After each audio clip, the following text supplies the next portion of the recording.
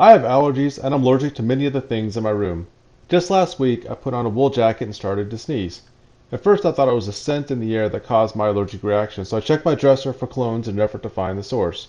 Couldn't find anything, so I concluded that my reaction was the wool in the jacket, so I checked my dresser to see if there are any other wool garments just in case that was true. Years ago, I had a similar reaction to the wool comforter on my bed, so I must be allergic to the wool fibers, right? Hello, and this is Matt Hoots with Radiant Green, and welcome to another episode of Green Mythbusters. Awesome. And in today's episode, we are going to tackle some questions that I had in my mind and other people have brought up to me. First of all, I was chatting with one of my friends, Daman, and he was telling me about some wool insulation that they have. And I said, well, I'm allergic to wool. And he's like, no, you're not. Like, wool's hypoallergenic. Nobody's allergic to wool. It's actually something else in the process that makes people allergic to wool. So, Daman, tell us a little bit about that myth and why it's busted.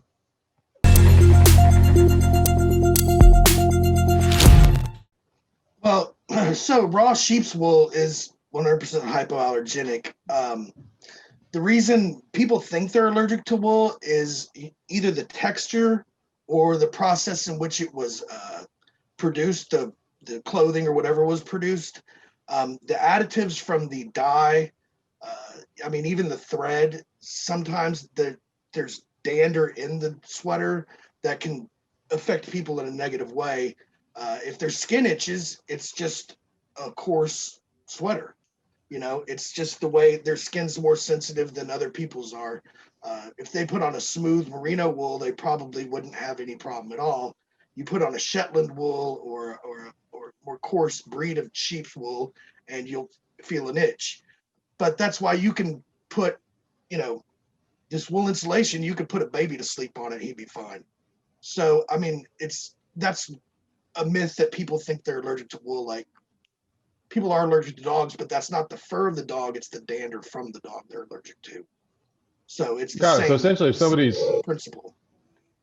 so you can use your insulation obviously in walls, which is safe, and people don't have to worry about sneezing to that or being allergic. And plus, they shouldn't be in their walls touching insulation. But if they choose to open up the wall and touch your insulation, they're not going to itch because it's natural. It's not like the fiberglass insulation or some of these others. But it sounds like this clothing, it's the dyes in the process, or maybe they just need to wash their clothes. Sounds like they're allergic to themselves. People should know they are allergic to themselves quite often. That's not a fact. I'm not sure of that.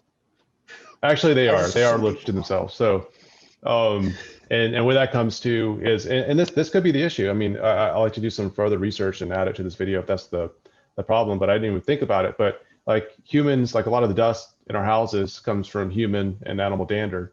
And from that, you've got the dust mites, which we're not allergic to dust mites. We're allergic to the exoskeletons of dust mites. So maybe wool just does such a good job of holding that dander more so than other clothing because it is a good insulator. Maybe that's one of the issues. But from what you're telling me, it sounds like it's more of the process of creating it and the chemicals they add to it that people are allergic to, or just the texture itself. The texture itself too. Yeah. And the wool's already shorn, so you're not getting any of the dander from the skin. You're just the wool itself. So that's a whole nother part where people are allergic to is the dander off of the skin of the animal. So got it. Go. Unless you're a fox wearing the sheep's skin and the wool, then you might be allergic to it. Yeah, but then you have other problems you need to worry about. Well, Daman, thanks again for your expertise in helping dispel the fact that, people are not allergic to wool. They're allergic to everything that's touching the wool. And it's actually a very safe product for humans to come in contact with. Yes, sir, Matt. And I wouldn't call it expertise, but I know a little bit about agriculture. So, but yeah, thank you for having me. We all trust a man with a beard. Looks like you're ready for shearing yourself.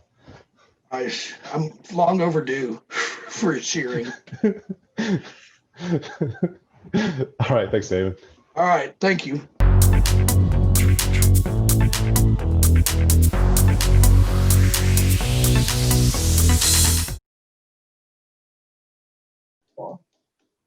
Hello, everyone. This is Matt Hoots with Radiant Green, and welcome, welcome, welcome all.